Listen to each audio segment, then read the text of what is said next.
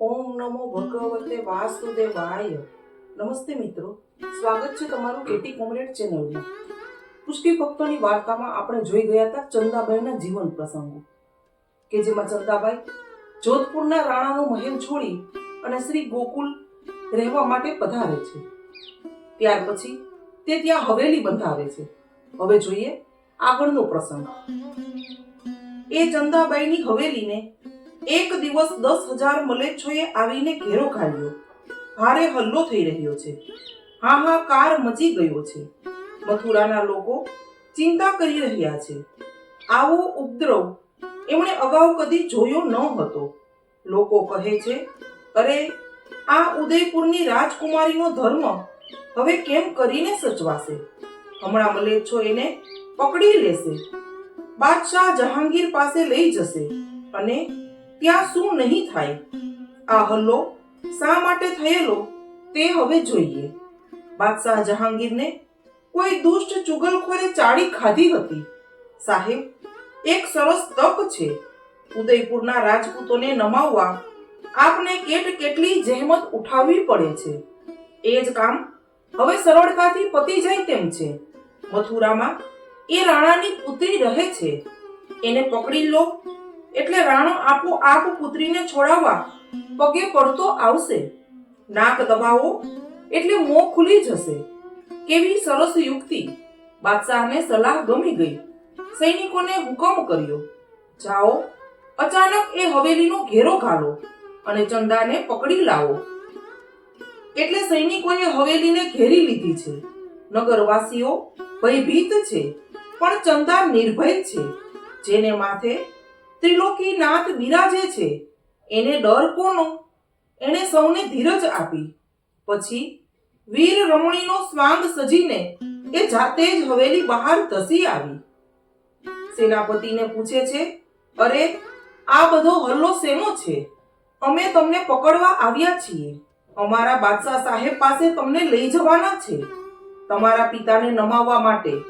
સેનાપતિએ રૂઆબથી કહ્યું, અરે પકડવાની શી જરૂર છે? હું કઈ થોડી ભાગી જવાની છું. ચાલો તમારી સાથે જ આવું છું. આંતર પ્રેરણાથી પણ ચંદા સમજી જ ગઈ હતી કે પકડવાનું કારણ શું હોઈ શકે. પર્વતની ગુફામાંથી સિંહ નીકળતો હોય તેમ એ વિરાંગના હવેલીમાંથી નીકળીને ચાલવા લાગી. શીતળ શશી પ્રકાશથી સદા ઓપતું એનું વદન હતું. એ સીધી જ જહાંગીરના શાહના તંબુની અંદર પેસી ગઈ. એને જોતા, એની હિંમત જોતા બાદશાહ ક્ષણભર ચોંકી ગયો.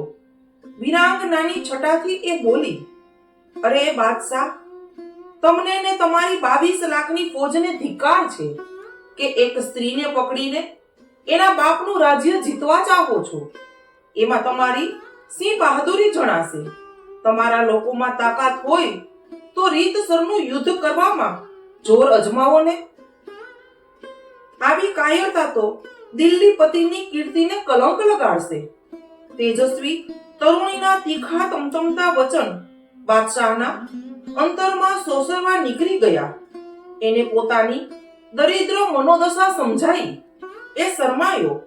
એનાથી કહેવાઈ ગયું, બહેન, તારી વાત ખરી છે. મારી ભૂલ થઈ ગઈ છે. દુષ્ટ ચુગલખોરની વાતમાં ફસાઈને મેં ન કરવાનું કર્યું છે. મને ક્ષમા કરી દે બહેન. વળી કહ્યું, હવે હું તારો ભાઈ અને તું મારી ધર્મની બહેન. તારે મારી પાસે જે માંગવું હોય તે માંગી લે. હું આપવા તૈયાર છું. ચંદા કહે છે, બાદશાહ સાહેબ, મારે બીજું કંઈ જોઈતું નથી. મારી ખાતર એટલું કરજો કે જેણે મારી ચુગલી ખાધી હોય તેને માફ કરી દેજો, કઈ શિક્ષા ન કરતા. બાદશાહ વિશેષ પ્રભાવિત થયો. અરે આ કેવી દીનતા! ભગવાનની સાચી ભક્ત દેખાય છે. બાદશાહે આગ્રહ કરીને બહેનને 1000 રૂપિયાનો દુશાલો ઓઢાવ્યો. સોનાના શ્રીફળ મંગાવીને એની ગોદ ભરી 500 વીઘા ભૂમિ લખી આપી. પાલખીમાં બેસાડીને પોતાના રસાલા સાથે જાતે જઈને એને એની હવેલી સુધી પહોંચાડી આવ્યો. મથુરા વાસીઓએ શ્રી વિઠ્ઠલેશ પ્રભુની સેવિકાનો આ પ્રગટ પ્રતાપ જોયો. બધું અસાધારણ બની ગયું હતું. સૌના હૈયા હળવા થયા. જીવનભર ચંદા સેવા સ્મરણ કરતી રહી. શ્રી ગુસાઈજી લીલામાં પધાર્યા પછી તો એ સફેદ વસ્ત્રો પહેરતી અને પ્રસાદી દાળ રોટી માત્ર જમતી. શેષ જીવન આમ વિરહ વ્યથામાં વ્યતીત કરીને એ ભગવદ લીલામાં પ્રાપ્ત થઈ. ચંદાબાઈની આ યાદગાર હવેલી શ્રી ગુરુદેવને ભેટ કરવામાં આવેલી. પાછળથી તે સાતમા લાલજી શ્રી ઘનશ્યામજીના વાટામાં આવી હતી.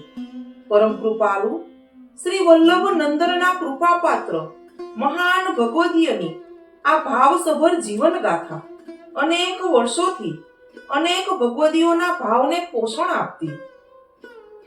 અદ્ભુત, અસાધારણ અને પ્રેરક બની રહી છે. સિદ્ધાંત નવનીતના સિદ્ધાંતો જોઈએ. ગુરુદેવનું અલૌકિક સામર્થ્ય અને ભગવદીય હૃદયનો ઉત્તમ ભાવ આ વાર્તામાં ઓતપ્રોત છે. જેના અંતરમાં ગુરુદેવ પ્રત્યે પ્રબળ ભક્તિભાવ છે તે ગુરુ નિંદા સહી ન શકે તે પણ સ્વાભાવિક જ છે. ગોપીજન કહે છે કે સંસારના સર્વ વિષયોનો ત્યાગ કરીને અમે આપના ચરણ કમલમાં આવ્યા છીએ. ચંદાબાએ પણ એવું જ કર્યું ને. તો વૈષ્ણવો, આપણા સૌના પર પણ આવી જ શ્રી વલ્લભની કૃપા થાય. જો વિડીયો ગમ્યો હોય તો વિડીયોને લાઈક, શેર અને સબસ્ક્રાઇબ કરજો. બાજુમાં આપેલા બેલ આઇકન પર ક્લિક કરજો જેથી કરીને તમને આવા ભગવદીઓની વાર્તાની નોટિફિકેશન મળતી રહે. જય શ્રી કૃષ્ણ.